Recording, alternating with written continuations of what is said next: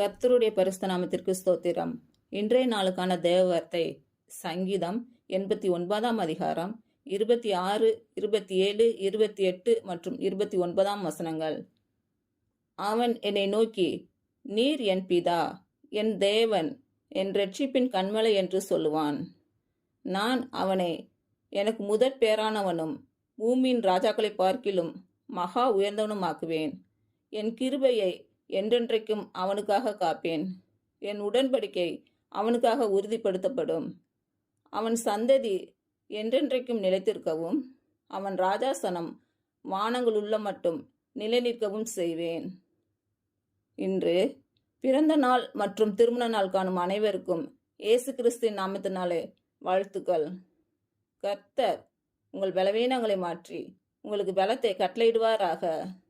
கர்த்தர் உங்களையும் உங்கள் பிள்ளைகளையும் உங்கள் பிள்ளைகளின் பிள்ளைகளையும் ஆசீர்வதிப்பாராக. கர்த்தர் உங்களோடு இருந்து உங்கள் பணிகளையும் பயணங்களையும் ஆசீர்வதிப்பாராக. ஆமேன்.